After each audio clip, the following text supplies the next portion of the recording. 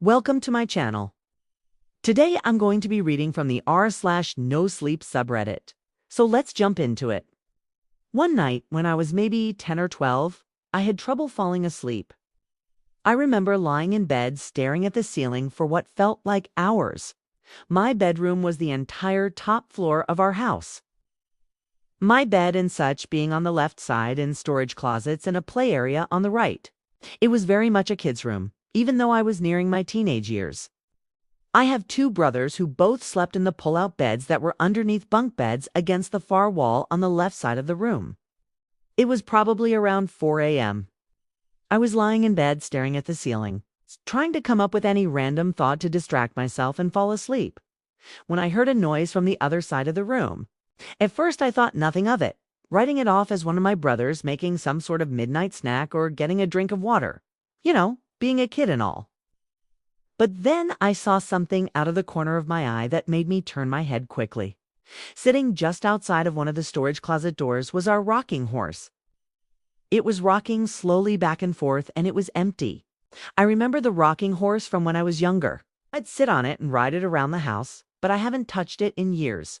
The rocking horse itself was nothing too remarkable. It was wooden with a brown and white painted design on the sides of it, which I remember loving as a kid because it looked like eyes to me. These eyes seemed to stare blankly ahead, but they were always watching.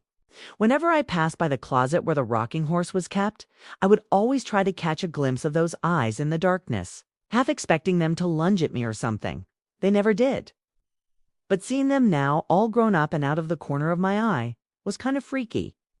But if it was just sitting there rocking by itself, it wasn't really a problem, I guess. So I tried to go back to sleep.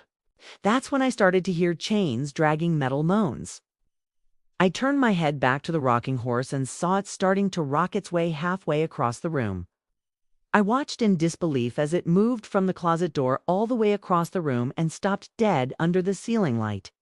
I don't remember if the rocking horse was making the chains dragging sound while it was moving or if it only started once it got under the light.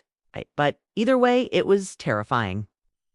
This is where I start freaking out, kicking and screaming at the top of my lungs. I don't remember exactly what I said, but I do remember yelling, "Help! Someone, please help me." After about 30 seconds or so of terror, I think I must have lost my footing or something because I remember hitting the floor next. 1 second I was in bed, and the next I was on the ground with the rocking horse looming over me. I don't remember getting out of bed or anything. Just remember hitting the ground and burying my head under my blanket. I just kept screaming for what felt like forever until I finally calmed down a little bit. And I remember thinking to myself, how am I still alive? Did it stop? Did it kill me? As I laid there on the ground in the dark, trying to figure out what the hell just happened and debating whether or not I should call out for help, I heard footsteps near my door. I don't remember how long I was laying there before this. But I'm glad it happened because if I had to sit there in that state of mind for much longer, I might have actually lost my mind. My door opened and my dad stuck his head inside. He asked in a very annoyed tone, "What the hell are you doing out of bed?" And I replied, I don't know. The rocking horse started moving by itself, and it came after me. He sighed very loudly and said, "You were playing with that thing again, weren't you? I told you not to go over there." And he walked away. I stayed under my bed covers until morning. I didn't move a muscle. I was too afraid that whatever force had possessed the rocking horse to make it move would still be there waiting for me to get out from under the bed so it could finish the job. Once the sun started coming in through my window, I slowly got out from under the bed covers and checked to see if the rocking horse was still in the middle of my room. It was, I remember, because I was trying to see if there were any scratches or anything where it had been rocking back and forth. And it seemed as if it had moved a muscle since the night before. And that when I got scolded by my parents for playing with my toys past my bedtime and being up when I was unsupposed to be up. I don't remember why I got in so much trouble for that. It was more than one of my brothers had gotten for staying up late and watching TV or sneaking out of their beds to get a snack or something. I suppose my parents had just been tired of me having to be rescued from the play area and didn't want to deal with it anymore. Now, I've told this story many times to friends and family over the years, and I've always been met with laughter. That was until just last year. When I told my dad about it, I noticed he got very quiet. We were eating dinner, and my mom was also there when I told this story. I don't remember exactly what prompted me to bring up the story, but when I did, we all went quiet. I finished telling the story, and we all sat there for a moment in silence. Then my dad spoke up and said, "Yeah, it was a crazy night." He then got very quiet again. My mom changed the subject.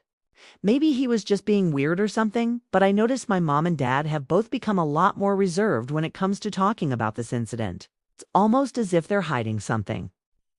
Now, I've done my best to put this story behind me, but every time I visit my parents' house, I couldn't unhelp but notice the vacant stare of the rocking horse hanging on the wall in the hallway outside my brother's room.